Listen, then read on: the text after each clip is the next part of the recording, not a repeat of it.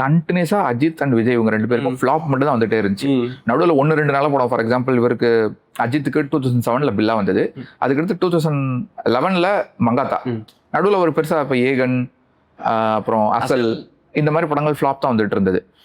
இதே நீங்க விஜய் எடுத்துக்கிட்டீங்கன்னா அந்த டைம்ல அவருக்கு worst phase of the career அவருக்கு. லைக் குருவி, வேட்டைக்காரன், சுறா, அந்த மாதிரி வந்துட்டு இருந்தது. காவலன் வர்ற வரைக்கும் அப்படிதான் இருந்தது. இந்த ஒரு 4 இயர்ஸ்ல பாத்தீங்கன்னா பீக்ல இருந்த விக்ரமும் டவுன் ஆயிட்டாரு, வரிசையா ஃபிளாப்ஸ் கொடுக்க ஆரம்பிச்சிட்டாரு.